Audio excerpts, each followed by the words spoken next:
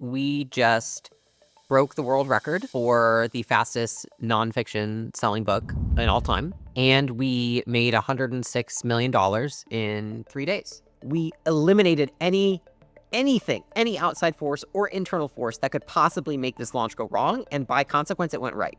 What a lot of operators are probably wondering, and like people who run companies, like, what the hell happens after? These 10 days after, which we're still kind of delivering on everything that we promised and delivered happened during book launches, our teams have fresh eyes right now. A goal so big that represents something for so many more people that you have to overcome your fears to accomplish the goal. And it benefits everybody and it benefits you. And it shatters so many belief systems that you believe that you can do anything because you learned how to do that. What would you say were like the top 3 things that were required from an operational team standpoint to make it happen? Yeah, I'll tell you the first one is we just broke the world record for the fastest nonfiction selling book in all time. And we made $106 million in 3 days. And so I thought that what we could do today is talk about that, like what it took, a little bit of the behind the scenes, what's been going on since that happened, and just like our perspective on the entire week as a whole, days. I feel like, honestly, I don't know about you, but like I feel like it's been like a complete whirlwind during and after. And I think that it'd be really cool to kind of let people in and share with you guys specifically what it's been like for us, what it took to get the win, what do you do after the win? And some of the logistics around, like, what do you do with the resources, with the cash, with the brand, with the IP, like all of the things that an operator would want to know. Yeah. I think the first thing I want everybody to realize is that everybody thinks that all of this happened on one weekend. And I just want to dispel that myth that this was a $106 million weekend. We made $106 million in 72 hours. We broke the Guinness World Record of nonfiction books. We are top 4 of books, book launches of all time. However, this was not a 72-hour thing. It just came together in these 72 hours at the end. This was I would wager, Layla, this is a 10 plus year thing. Now people will say, well, now Sharon, you're just exaggerating. Well, no, it's not. Alex wrote the first idea of a money model for the gym space 10 plus years ago. So even that linguistic brand has carried over 10 years to what it is today. So I want people to realize this, which is, in a lot of ways, how you should think about what happened was we got a chance to have a $106 million exit for work done over 10 years. And that is probably the correct way to think about it. And the cherry on the top was us getting the world record to go along with it.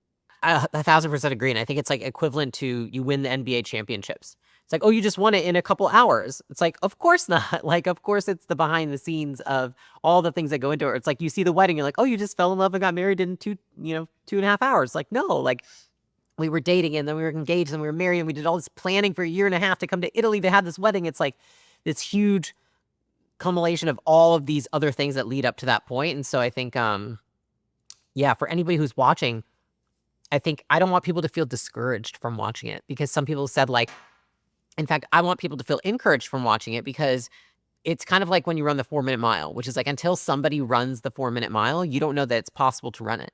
Like, until we did that launch and broke the record and made that money, nobody thought that was possible. I think the most that we'd ever seen anybody, be able to transact in that amount of days was like, I think it was like 40 million was the top I've ever seen. And then in terms of like breaking the record, that wasn't even in the cards. And so I think it's just like, okay, the frame has been broken. Like, running the 4-minute mile is possible. It's like, what actually goes into it? And I'm curious, from your perspective, like, what would you say were like the top 3 things that were required from an operational team standpoint to make it happen? Yeah, I'll tell you the first one is when you have something so important, we need to have somebody wake up every morning and own it. It sounds really simple, but I will tell you, most things don't have an owner, which is why it doesn't work. Layla and I will give you a little background into this. When Layla and I end up talking about the same topic or the same pain in the business over and over again, that is not a function of anything except the fact that we are under resourced. Yeah. That's all it is. If you want to build and do something great, someone has to wake up in the morning and think about that thing. And if you don't have that, something great will not happen. So I'd say us having an amazing owner of this who brought everything together was very, very crucial. That's kind of big idea number one. Number two is nothing great ever happened without it being written down. I don't think people have a chance to see all the artifacts that went into creating this. Just the offer design alone were probably 2 to 3 dozen memos that you, Alex, I, and the team wrote to each other to distill this process. So the artifacts that went into it were really, really important. It was not just a let's just sit in front of a whiteboard, draw an idea, and make it happen. It was really crystallizing the thinking and creating the artifacts, and not just the thinking process, but the documentation of that process. I will call this one thing out, which is if people only saw just the sales support manual for the entire book launch, just that one document, Yeah. that was a bet that one document had more in it than most people will ever do in a year. And that was just one artifact just for that one weekend. So that was kind of big idea number two. And I think the third big idea, which I only realized post event, Layla, was that we have been very fortunate over the last 3+ years to build acquisition.com in service of this book launch in a lot of ways. We had a chance to build this company where you had we had a very well-trained sales team. We had a great client success team. We have an insane media team. We have an events team that puts on events and knows all the nuances of actually putting on events. We had an AV team that knows how to stream and do things. We had a design team that could just spin up a YouTube live stream. We had a legal team that can manage the entire process. We had, all of those teams that went into it. And then the whole technology team to like spin up and run the dashboards and run the payments and run the logistics, not to mention a full finance team that can run support and interference and reporting around all of this. We were able to take a fully deployed team that is designed to build businesses and point it to the book launch. And I think that's why it is going to be very, very hard for somebody to replicate what we did, not from the fact that you can't do it, but we were fortunate. You couldn't just go out and hire this team. Like we were fortunate to build. So those would be my three big things. I think that's really good. And it's funny, the first point you said, I remember, I can't remember where I heard this. It might have been like John Maxwell or someone. They were like, what's the question you ask yourself when you wake up every morning? Like, what's the question about your business? And so it's funny because I've used that when it comes to hiring leaders is I say like, when I wake up in the morning, the thing that I think is like, are we headed in the right direction? And do I have the right people? Like, those are the two things I think about constantly. It's like, are we heading in the right direction? Do I have the right people to get there? And so I was talking, I remember, with a leader that we used to have on the team. And I was like, the question that you need to ask yourself when you wake up every day is like, do I have the right people to achieve the goals of X department? And they were like, oh, that's not the question I ask. The question I ask is this. It was much more tactful. And so I think it's so true for anybody listening. Like, if you want to know if you have the right leader, they have to be asking themselves the right question when they wake up every day. And that has to be the question that they're obsessed with. They have to consistently ask themselves because things change in business so often. And like for this launch, for example, we needed people who are obsessing over the details of each of the questions that they're asking. So I thought that was really good. The second piece to it is I think the artifacts, the documents, the systems, that writing everything down, right? Yeah, it goes with the writing everything down. But actually, what I was thinking about, I went into a little black hole in my head, is I don't think anybody, and I was talking with actually somebody who helped us with this launch, and she was like, when you guys said like we need like 3 redundancies for everything, I didn't think that would be necessary. But it's funny because I had run the first launch and it was like, oh my gosh, we use the redundancies because you're doing something one time. In business, you do something on like Monday and you can iterate on Thursday because maybe you scored a 60 out of 100, not an 80 or a 90.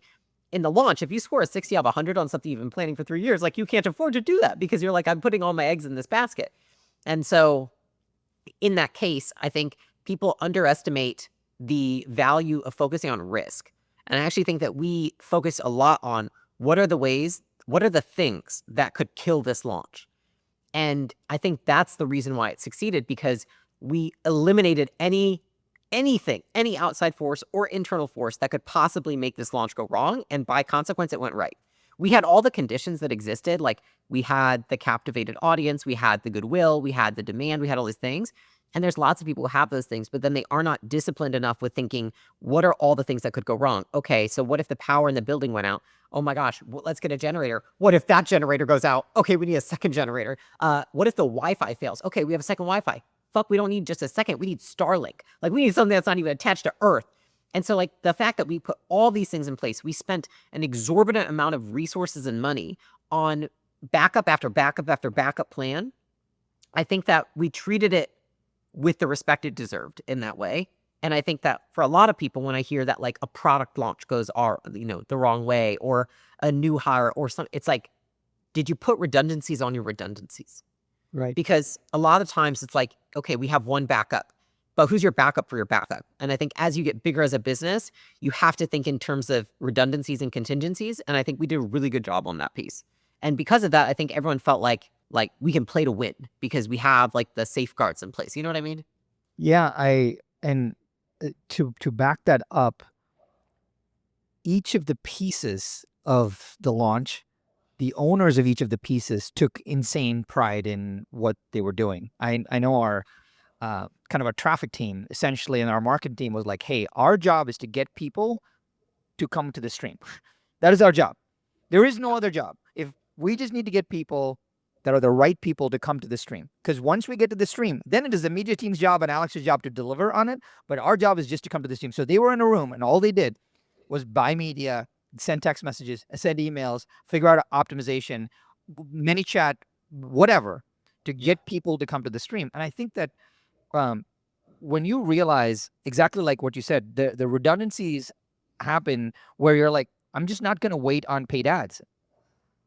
I'm going to try every single channel, because people are just like, well, I'll just buy traffic. Well, you have no idea if the ads are going to work. You have no idea if someone's outbidding you that day. You have no idea if your creatives are not hitting. You have no idea. Yeah. And having a portfolio of that and making sure that that works was really important. But it's still I think the second degree of that was the owners looking at it and saying, man, if I am owning people showing up to this, I better have the redundancies. You know, what's funny is like, as I think about that too, it's like what creates that level of ownership. And I think, and I know that you're going to agree with this, but like the whole team, nobody was focused on like, oh my gosh, how many books are people donating? How many this or that? But like at first, the focus was just like, are we able to break the record together? Like, are we able to do this? Because like we've rallied this community around breaking the record, and we feel like we're stewards of like, we must like whisk us all to the finish line to break the record. And so like watching the team, like we have to break the record. Like everything was like, how do we break the record? Like we've got to break the record. That was the first time that I've seen a goal big enough, worthy enough, that people didn't like, they were obsessed. They woke up early, they stayed up late, they had dreams about it, nightmares about it. They're like, we want to break the record. We want to do it to show people it's possible. And I think that was just really cool to see, because I think people undervalue how incentivizing big goals are, and they overvalue financial incentives. And I think we see that with operators all the time, which is like, oh, if I just fix their comp plan, suddenly they're going to sell more, or they're going to care, or they're going to give a shit. And it's like, no, you can't fix a comp plan if you have no goals. It's like, you can pay them all you want, but if it's not a reason outside of themselves. And I was listening to this book about winning, and it said something that like really resonated with me. It was like, for goal-oriented high achievers, winning is not enough. We probably know we can win. And I think a lot of people that listen to our podcast, they probably win at a lot of the things they do. But it's like, what is it beyond that? And I think like, that I was thinking about for myself, I'm like, it's always been for me, like representing what was once impossible for me is possible for somebody. Like that motivates me more than any amount of money or status or like anything that it could be. It's just like showing people that something that they thought was impossible is possible. It's like, that has always been so motivating. And I think the team like really rallied around that. Like people were crying and hugging each other, and like that energy was just like, it sounds so cheesy to use the term, but like I really do, like it felt electric, you know what I mean? Like in the building while everything was happening. I agree with you, and I want to explain to folks why this is important. And the big reason for that is it's easy to start off by saying, hey, we want to hit this big goal. We want to break the world record. We want to do that. But it only becomes real when other people start to share in that goal. And then when other people start to share in it, you're like, wait a minute, you believe in it too? We're going to do this together? Okay, this is awesome. And then when you have more people that share in it and you have more time, it just becomes a feeling of inevitability. And I think what we felt that weekend was this feeling of inevitability, because I would say that most people just believed that we were going to do it. Now, they didn't believe that it was going to happen and it was an assumed thing to happen. They all believed that it required unreasonable effort, which is why teams were there till 1, 2 a.m. doing whatever they needed to do to get it done. But I think the unreasonable effort is insanely powerful. And what I loved that happened over those 3 days, Layla, was that unreasonable effort allowed a lot of people to break a lot of beliefs for themselves. Yeah. When they saw people who had never sold, who were not a salespeople, actually get on sales calls and actually serve the client. When we saw salespeople do operations, when we saw uh, us able to drive so much traffic to a page, when we saw us jump on sales calls, talk to people ourselves, when we saw Alex going for 8+ hours without peeing, when you saw unreasonable things happen, and it started to break beliefs for people that, wow, I didn't think I could do that. You know, the craziest belief that um, it seems very it seems very small and tactical, but for the marketers and the offer owners who are listening, they will connect with this. Is that Yeah. the number one thing that I saw online was, I can't believe, they sold an $18,000 back end offer with no sales call, and Oh, yeah. because there's this belief that just because something is a certain price, you have to attach a salesperson to it. And I will tell you right now, it is not that case at all. That is the belief that we didn't even have. If we had that belief, we would not have put it in the funnel. And the fact that other people thought that, oh my gosh, I can't believe that they actually sold something for X amount of dollars and without a sales call as just a one-click upsell, I will tell you why that is. Because most people have not dialed into understanding why there are objections. There are 3 reasons why people get objections. Number 1, your value prop is not good enough. Number 2, your sales process is not clear enough. And number 3, your brand is not big enough. Those are the 3 reasons. So when you have a great product and you have a very clear process and you have a big enough brand, you can offer anything on anywhere because you've offered so much value on the front end that they they want to buy from you. And the craziest part, Layla, is that I think we spent 33 hours on a live stream in 72 hours. We spent 33 hours live. And out of the 33 hours, not one time did we use the word buy. And I thought that was super cool, right? That was by design. And I think that what people need to realize is that that was a lot of, I didn't realize that from a belief breaking perspective, but from reading the posts on the internet, the biggest thing that I saw was, wow, I can't believe they did that. The craziest part is there's nothing to funnel hack. It was very, very simple Yeah. overall. But the best part is both internally and externally, seeing this unreasonable effort, saw so many personal beliefs being broken that I think our team now believes that they can do anything. And I think we took A players and made them AAA players because that experience showed them that they can do so much more than what they thought they could do themselves. Oh, 1,000%. It's funny because, like, as the days were happening, like, some people came to me and they were like, "These are really long hours. Like, people are really taught. Like, how do we handle this?" And I was like, "This is where, like, leadership comes in, where you're like, one, you have to know who can handle it and who can't." Because, like, some people, it's like they've broken past their threshold. They've done things like this before. It excites them and it invigorates them.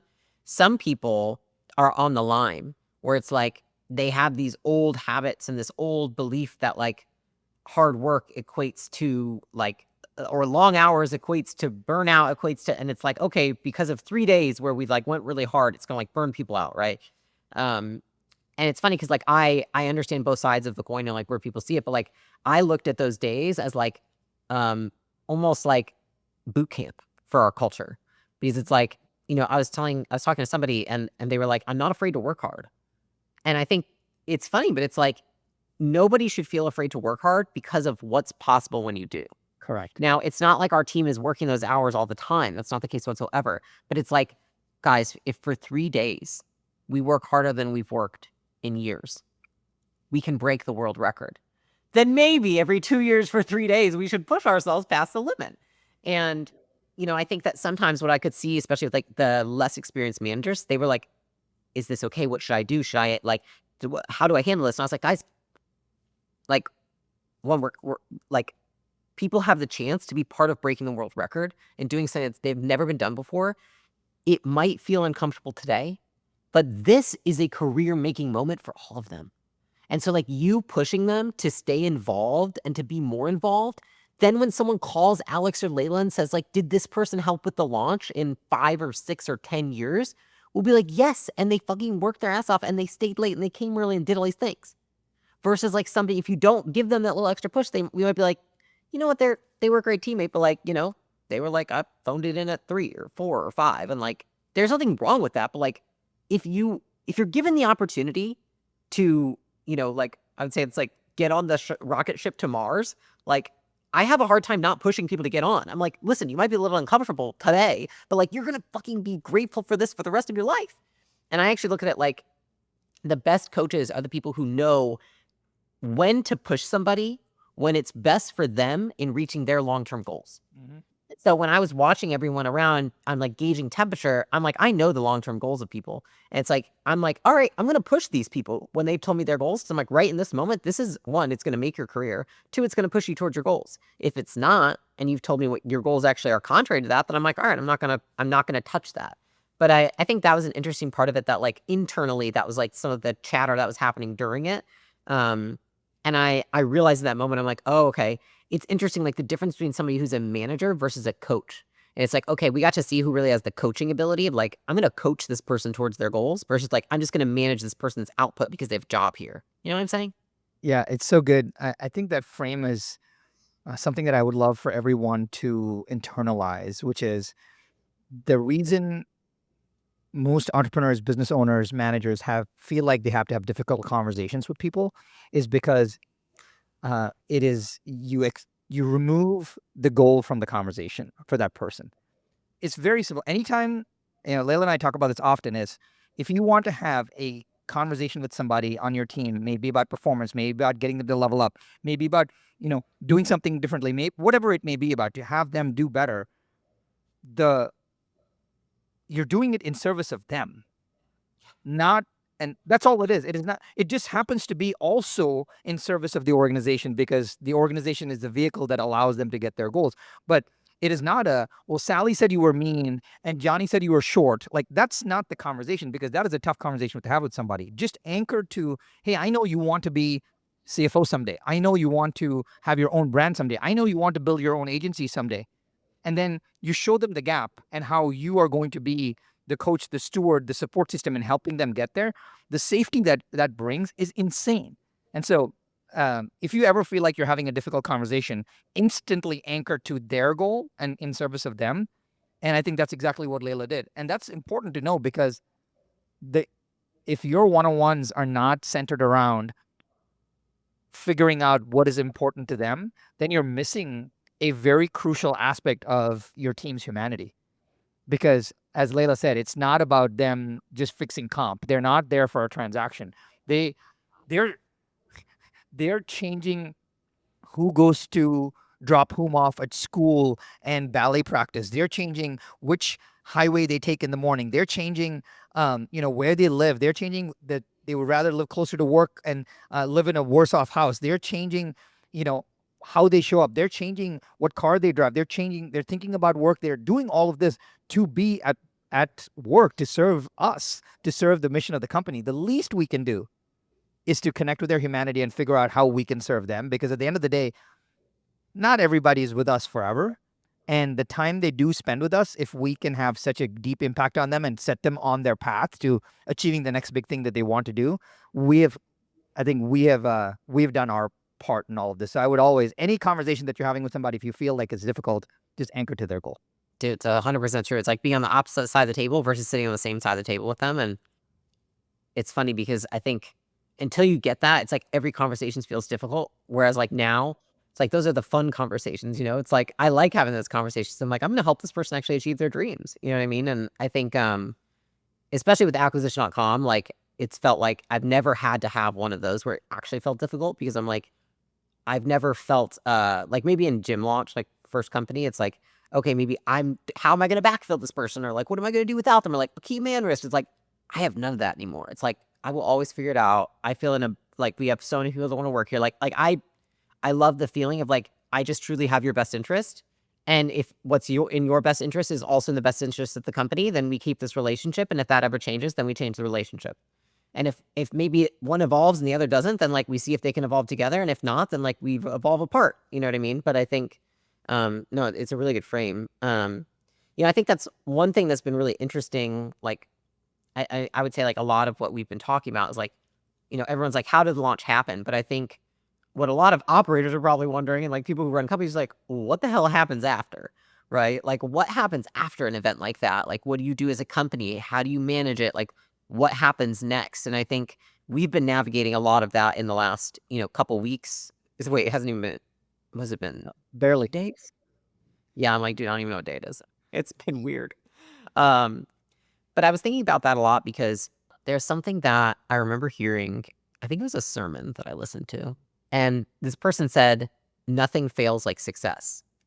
And it really stuck with me because I remember when Alex and I first started Gym Launch and we went to this meetup with all these people that are making way more money than us. And we had just we had gone from like broke, almost filing bankruptcy, like everything just like going out the window to we're making $350,000 a month to two of us in our tiny little apartment with one EA. And it's like shooting up every month. Like next month, we're going to make 550.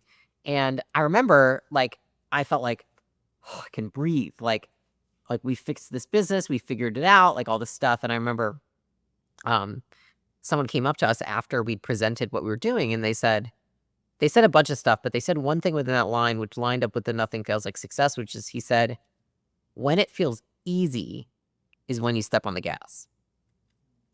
Both of those lines after we reached the goal, I'm not kidding you, it was like within 2 seconds, it was like, boom, nothing feels like success.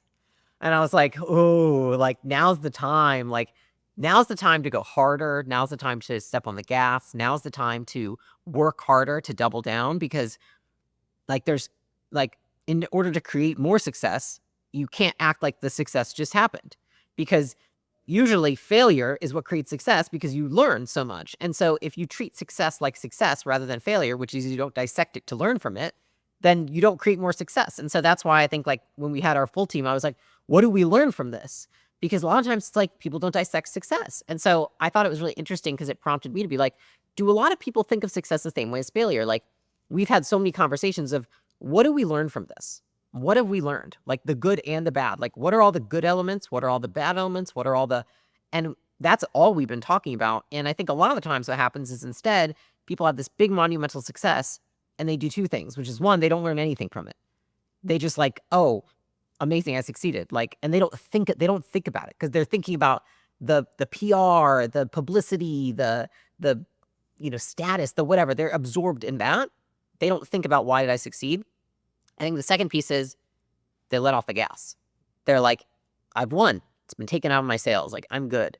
And maybe I'm just too insecure because that never feels like that. But those were the two things that I was really thinking about. And I was like, I think we've taken such an opposite approach. And I kind of want to share that with people so that they can take that because I think that in order to keep winning, like success leaves clues. The most successful people in the world dissect their own success rather than just moving on to the next thing. I'll use this time to give somebody like people that are listening and watching a very tactical piece of advice. Yeah. We call this the idea of fresh eyes. And when a new employee or a new team member starts in your organization, they probably have 2 weeks of fresh eyes before they get indoctrinated in the way you do work, your culture, your processes, your systems, etc. Yeah. But in those first 2 weeks, they have fresh eyes. They can see the typo on the website. They can be curious about why you have this random calendar invite that happens every Thursday. They can see your process that is broken and that we all just got used to. They can see how someone is just hacking a deck and it doesn't look good. They can see those things. And one of the greatest things that you could do with an employee that is just starting out in their first 2 weeks is to give them the gift of fresh eyes and say, hey, we're going to put a meeting on the calendar 2 weeks from now, and I want you to start a document, and I want you to share this document. Anything that you say, anything that you feel goes, because that allows for us to upgrade our business right away, because you will never have these fresh eyes again. And I think that translates to exactly what Layla's saying, which is these 10 days after, which we're still kind of delivering on everything that we promised and delivered, sold, kind of happened during book launch, is our teams have fresh eyes right now.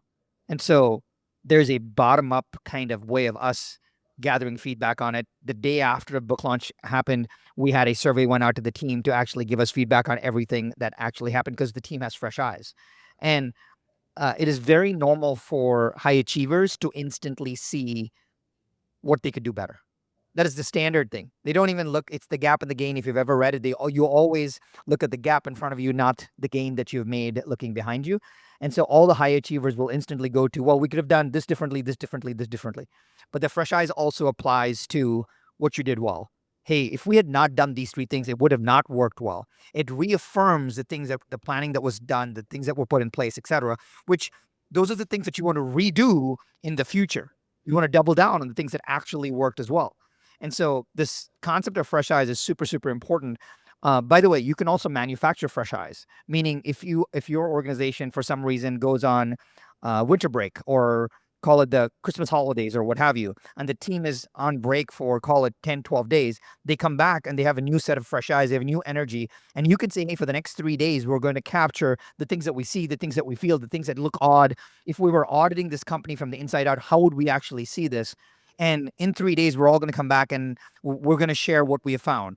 I think you get a chance to have a really great internal consulting team to bring back fresh eyes, because you also have context, which I think is powerful. And I think that's why this studying success is such a good part of what you just shared, Leila. No, I actually, those are really great tactical takeaways too.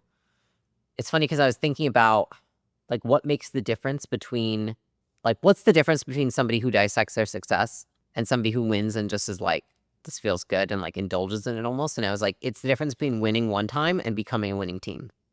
So And it's good. like, I think a lot of the people who listen to our content probably want a winning team versus want to win one time. And it's like, like I look at this and I'm like, I know it feels silly, but I'm like, great, the first one on the wall. Like, that's it. That's literally like, that's how my brain works. I was like, okay, so there's a wall like for like awards or whatever. It's like, cool, this is the first one. Let's go. We've got 10 more. Like, you know what I mean? Yeah. You said something about the first one, and there's probably a question in a lot of people's minds that is, must be nice. You made $106 million.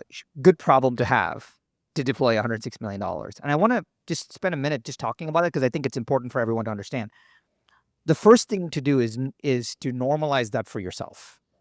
Because if we did this, what is that in your terms? For you, it may be 300 million. For you, it may be 30,000. For you, that may be 300,000. For you, it may be 10,000.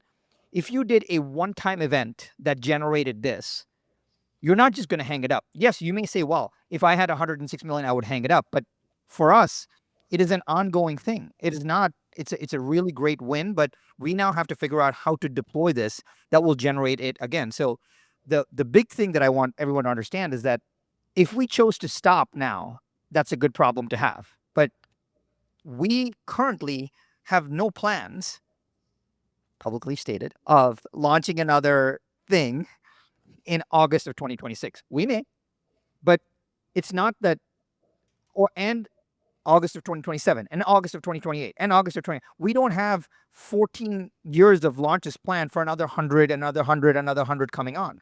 So what we have to do right now is we have to take this war chest and figure out how to generate the next 100 without us doing another launch.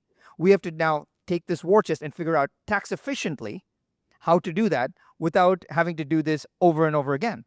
And it's very easy. I actually talked to an influencer who said, oh, are you guys just going to take it and invest in a few houses? I was like, what are you talking about? What houses?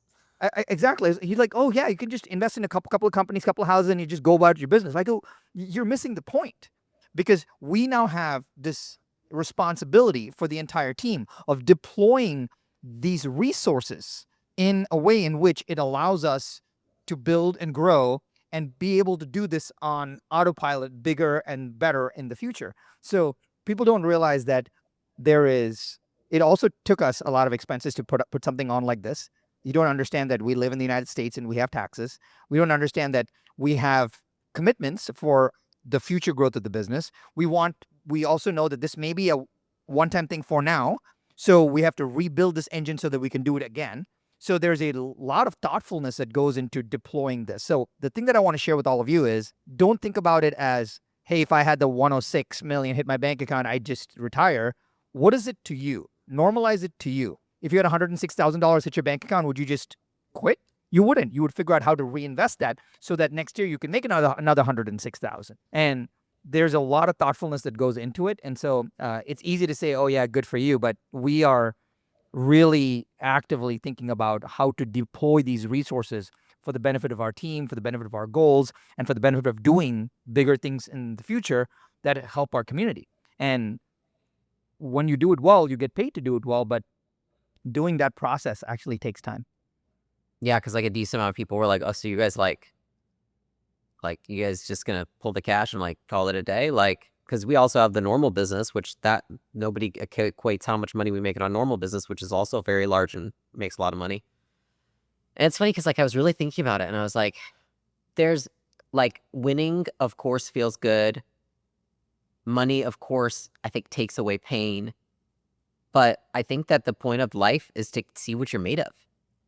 And like it sounds silly, but like that's all that's been on my mind since this process, which is just we accomplished something that people said was impossible. Now that we have these resources, how do we use these resources to raise the bar for what we think is possible on a day-to-day basis in the company? And like raise our bar of what we think we're capable of doing. It's like that's what we do. And it's almost like you use those resources to raise the bar and then to pull the future forward.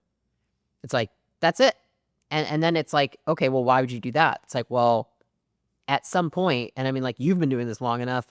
I feel like I've been doing it long enough. It's like, it's not about winning. It's about seeing who you can become. It's about seeing what your potential is. It's about seeing the potential of others. It's about seeing how much of an impact you can make on the world. Like, and I think this was such I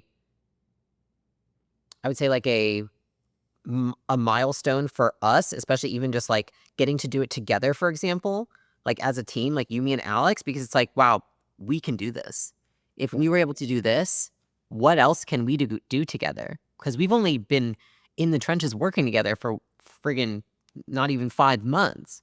What could we do with another 2 years and this amazing team? Like, you know what I mean? And it's just, it's like, I don't know. You know, it's funny is like I go back to like high school with the pyramid of the of Maslow's hierarchy of needs. Hierarchy. Yeah. Yeah, and like I every time people are like, why do you do this? I just remember self-realization at the top, and I'm like, I just have always wanted that. It's like I just want to know what am I capable of. I like getting so caught up in a goal that I become fearless because I have to become selfless because of the goal. And I felt that so much in making this happen. It's like a goal so big that represents something for so many more people that you have to overcome your fears to accomplish the goal. And it benefits everybody and it benefits you.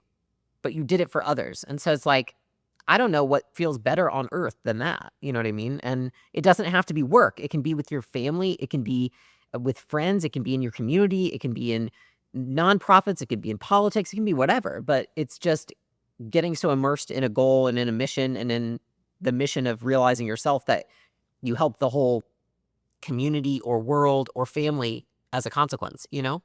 One of my friends is a U.S. Navy SEAL, and he told me a story that completely changed my life. And I actually shared the story at the sales huddle during the book launch. Oh, okay. And I explained to folks that we have this big goal of beating the record, but that big goal is tied to our daily behavior of that day. And these Navy SEALs were on this operation. They were going to some mountain somewhere and we're going to do something with some bad guys, right? So the process was that they would get flown in a helicopter. They call it a hilo. And then they would get off the helicopter and they would jump in a humvey and they would go to wherever they were going to go. And for 3 days, because this was going to happen at night, for 3 days, all they did was practice getting off the hilo and getting in the Humvee. That's it. So they had a hilo parked and a Humvee parked. And he was explaining to me that they would just get off the hilo in the right order, get in the right Humvee, because there were two Humvees. They're like, who's in the first door? Who's in the second door? Who's in the back? Who's in the front? You have no night vision. What are you going to see? What if it's raining? What if there's a bobcat? Yeah. And they practiced hilo to Humvee for 3 days. Getting off the hilo that is already on the ground as a prop and running into the Humvee and getting in the Humvee and driving away. That is all they practiced for 3 days. And Layla, that one story, it has goosebumps when I tell you that, because anytime I think of some big goal, I always ask myself, what's the hilo to Humvee when it comes to this?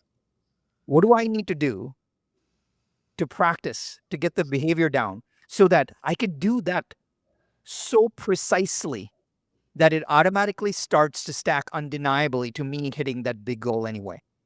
And most people just have this, oh my gosh, I just want that thing. I want to have a $55 million net worth before I'm 55. And I'm like, okay, what is your hilo to Humvee? You've never made $1 million. Great. Can I get you a plan to making your first million? What does that require? A skill? Great. That requires practice. Awesome. Are you willing to role play for 10 minutes a day? No. Well, that's your hilo to Humvee. And that one story just kind of bringing down to me like I want to earn the practice and the precision of this one thing was so important. And that's why I shared it with the sales team. I was like, hey, we're so close to hitting our goal today, but let's not forget the hilo to Humvee. And I think that sometimes these big numbers distort reality for a lot of people. Yeah. But I want to explain to everybody that we got there because of the hilo to Humvee. That's what we got there. And we're able to have this conversation in retrospect because we did each of our hilos to Humvees correctly, precisely, thoughtfully, with practice over and over again. By the way, most people don't realize this, and you should tell them. Can you tell them how many times Alex practiced his delivery? All day, every day for weeks leading up, like literally all day, every day. I mean, it's, I think it's treating business like a sport. And I actually think because as you're saying that, what I'm thinking of is I'm thinking of when I did powerlifting, and you always practice over and over again in all of your conditioning sessions. You practice the part of the lift you get stuck at. So it's like, cool. Do you get stuck pulling it off the ground? We're just going to practice the first fourth. That's it. You're just going to practice the pull. Or it's like, okay, we get stuck at the lockout. We're just practicing lockouts. And you literally cut the lift into like a third of what the lift actually is. And you only practice that section of the lift for like weeks. It's so freaking boring. But like it works. Then you're like, oh, I did it. And it made me think of that because, even with Alex, like watching him, of course, he practiced, for example, like he did a transition where he says, turn off the slides, and he pulls out a letter. He practiced that transition countless times because he wanted to make sure it felt right, especially because the letter meant a lot to him because he wrote it. Right. He didn't want it to, he's like, I want it to feel as meaningful as it feels when I read it, because I think you get choked up every time. And I don't think people see that. It's like, how many times did we practice and test, 1 million people hitting the landing page at once? How many times did we practice and do a load test to have 100,000 people hit the link? Like how many, like countless, like enough that we felt crazy and kept wanting to do it. Like we were probably all a little psychopathic at that point. But it's so true. It's just, and if anybody's listening to this, it's like, well, what are those things that you practice every day? And some of us are practicing the wrong things. It's like, what are the things that you consistently do every day? And it's like, well, those are what are going to get you the results in your business. It's like, and it's funny because like for you and me, there's probably so much that's so ingrained now. It's like, I never let more than 24 hours go by if I need to have a hard conversation now. It's like, in fact, I tried to do it immediately, but it's like, it will not be more than 24 hours before that conversation is going to be had. It's like, I know, because all that does is just push off all this growth at the company if I'm not pulling that forward. Okay, we see that we need to hire somebody. It's like, how do we get that up and going in like 2 days? Like, there's just so many little habits. And I think it's really interesting because I think it's just the willingness to do the boring reps. It makes me think of, I don't even know if I've told you this yet, but I told Alex finally yesterday, but like I started meditating like 9 weeks ago. And I told him because I was like, I don't want to tell anybody until I've been doing it for like 8 weeks straight. And so I finally got up to like, I literally just wake up and I just meditate for like 40 minutes right now. And I told him, I said, The only reason I'm telling you is because now I'm hooked. Because for the first 5 weeks, I didn't notice anything. And then now I notice that through the day, if I need to calm myself down, it's like it used to be like very hard to do and I couldn't like regulate myself as well. And now it's like I can like recall that feeling. And I was like, oh, I remember people saying that that would happen, but they're like, you're not going to notice anything for a couple months. Yeah. And it wasn't until I got desperate that I said I'm going to commit to it no matter what. I told him, I was like, wow, it's like that stuff, which then inspired me. Like I told you, I'm doing the physical therapy. It's like, he's like, it's going to take a few months. And I'm just like, yep, it's actually going to feel worse before it feels better. And I think it's like, with Alex practicing for an event like this, it's not like weeks, it's months and it's years leading up of these boring reps that nobody sees and you don't see the results of them right away. It's like you kind of have to, it's like when you first start in sales, it's like you kind of suck at first. You're not even like, it's not even like neutral. It's like you suck. And then you have to get to the point where you don't, it's like, okay, you're mediocre and then you're all right. And then it's like, okay, you're decent and then good and then great. And then, you know what I mean? But it's like, if with all greatness, it's like everyone's first draft looks the same. It's shitty. So like anyone who's listening to this, if your first draft of your business or the person you hired or you even just getting to the gym or your relationship, if it's a shitty first anything, great. All the people who are great and excellent and amazing and world class started with the same first shitty draft. I've never shared this story with anyone. It's like confessional now, like the real world where we get on. I've never shared the story with anyone because it didn't really have a lot of context, and I think it does today. This is a story of how I proposed to my wife. And I'm tone deaf. And so I wanted to do something that would challenge my tone deafness.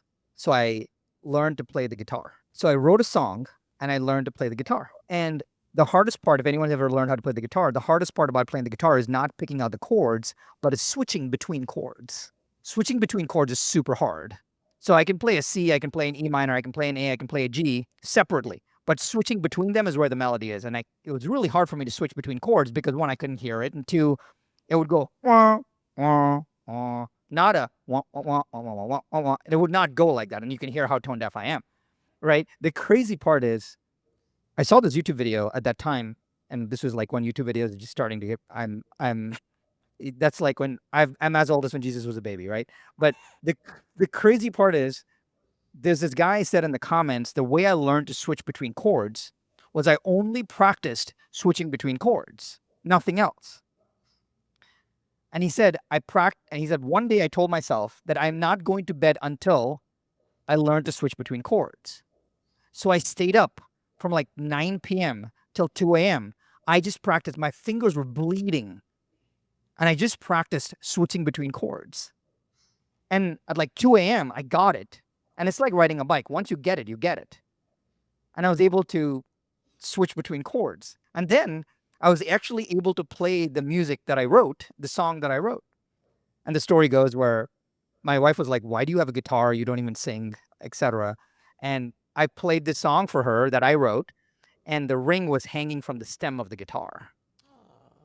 But the cool part was I practiced for 5 hours switching between chords. And now I just ask myself, I'm like, okay, if I can practice something that I don't have a skill in, I'm completely tone deaf on, and I can now do something because I did that thing.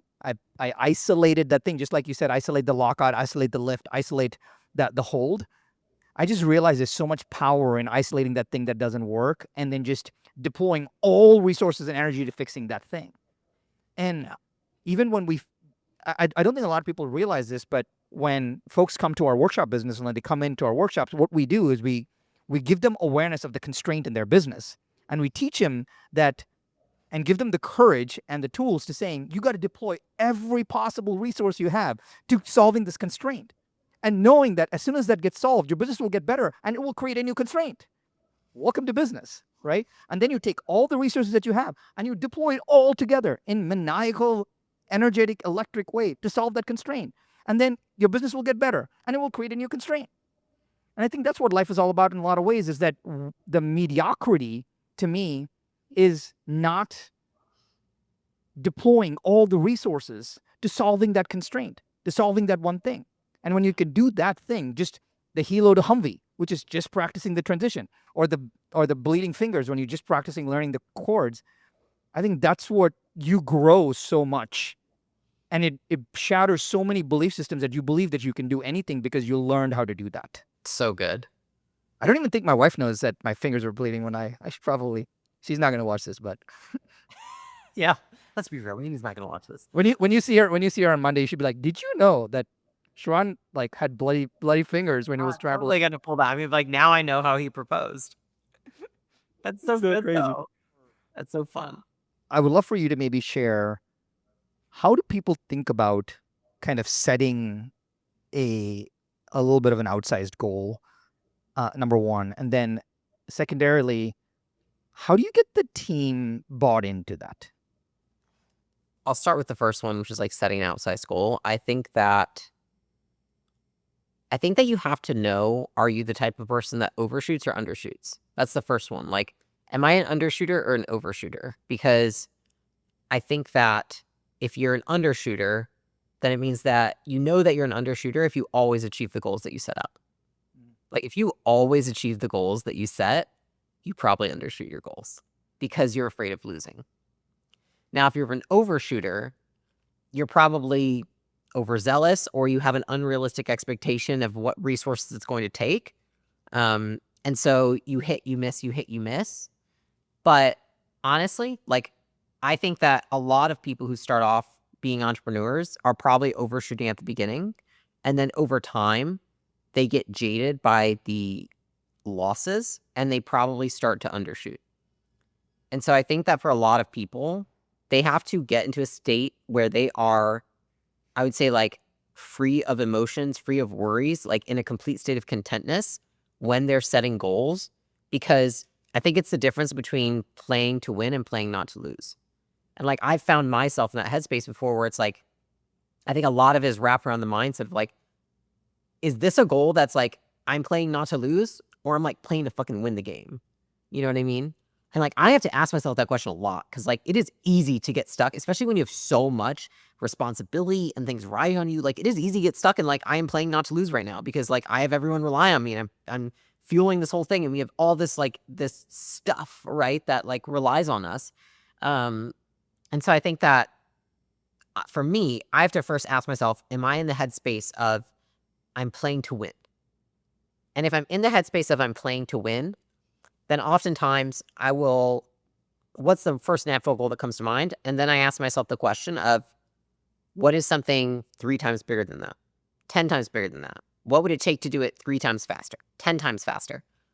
I just like pressure testing the goals with like multiples because then I'm thinking to myself, okay, well, maybe it is possible to achieve that. Like, and if it's okay, if I have I think for me, my risk tolerance is probably around like if we have a 35% shot at achieving something, then if it's below that, I'm like, all right, I want to get my odds to 35%. Like, seriously, I don't know why, but this is like my risk tolerance.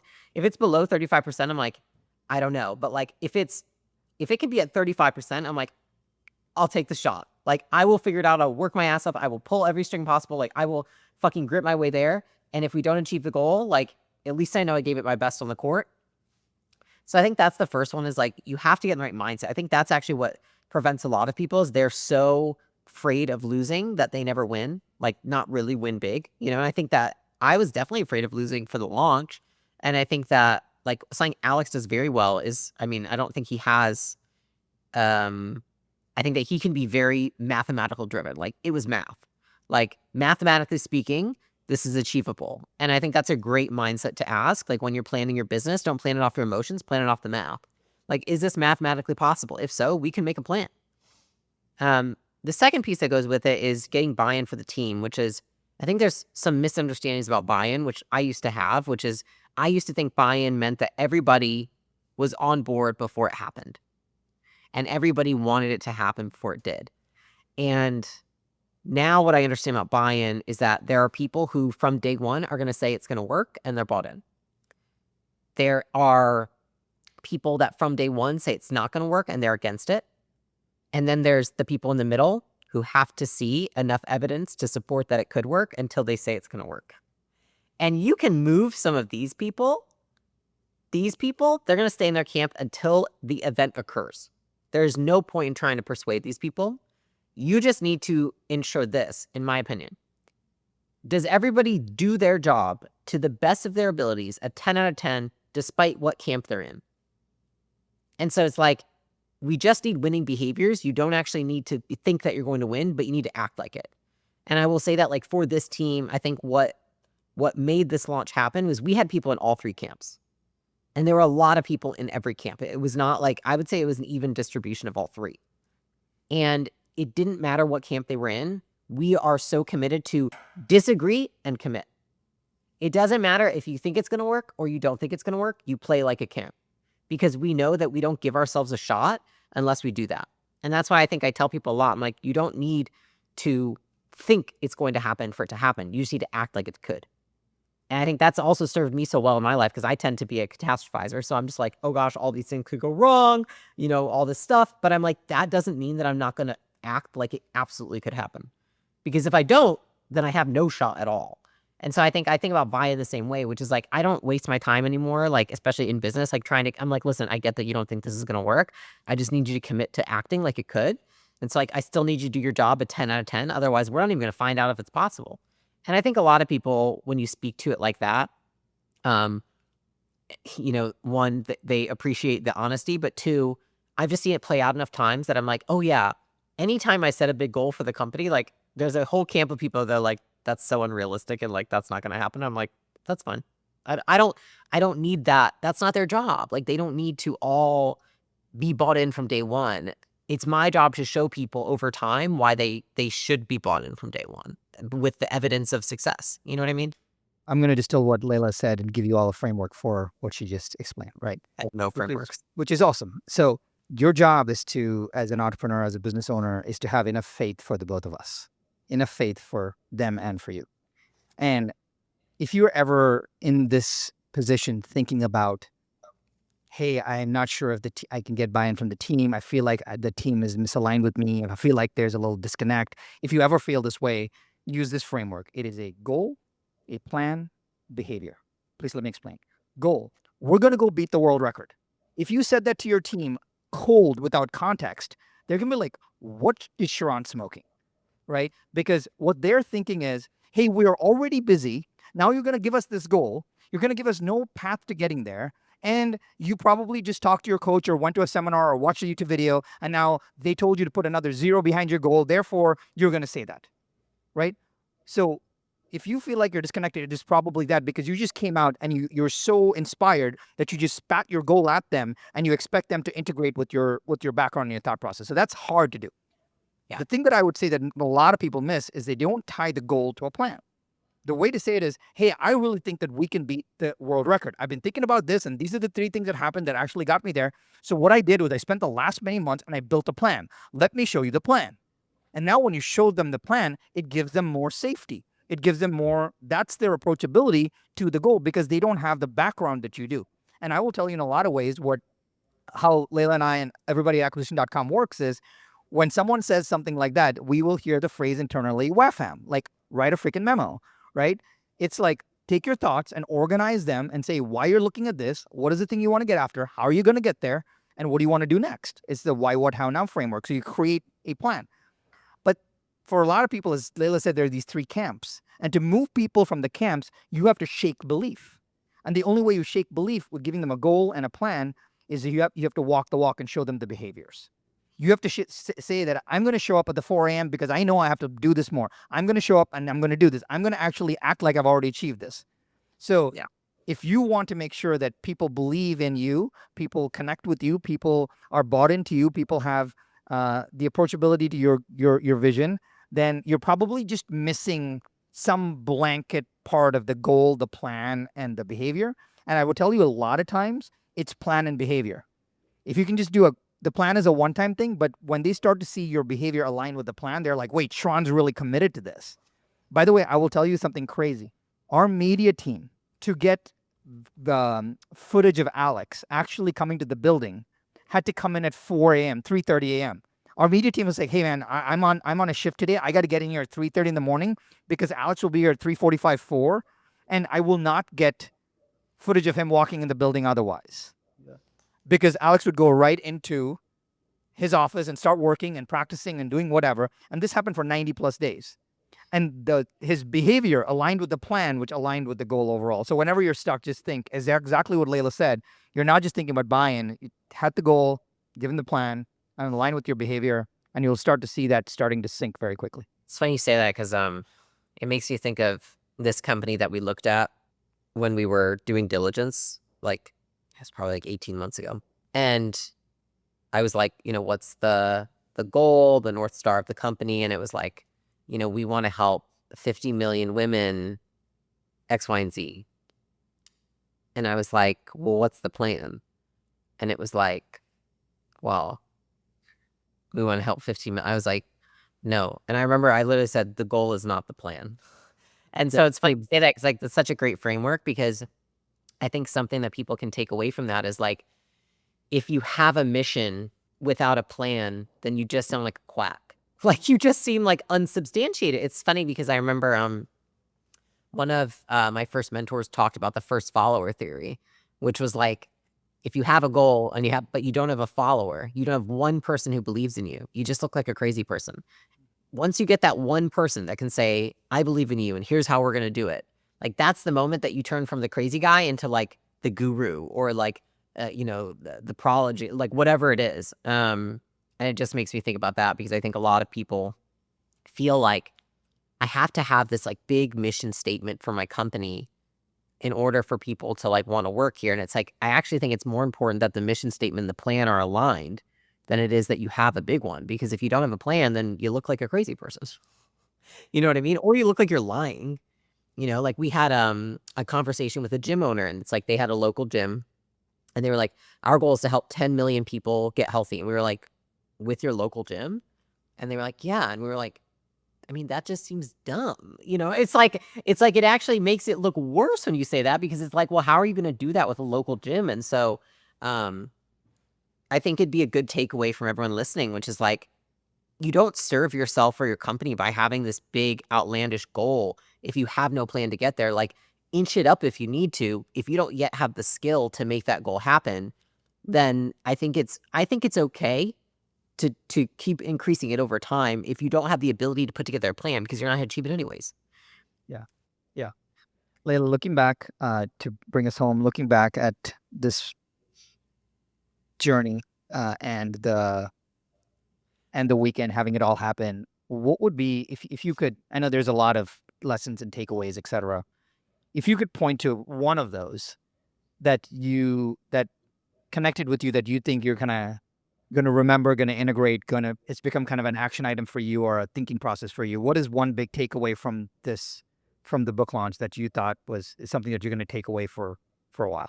Honestly, I think that the biggest takeaway that I have that I've been chewing on, like going into 2026, that I think is like the underlying like of the conversations we've been having on the exec team is having I think that I really want to revisit our goal as a company. And I think I want to make it a lot bigger and I want to make it a lot more visceral, not just for the company, but for myself as well.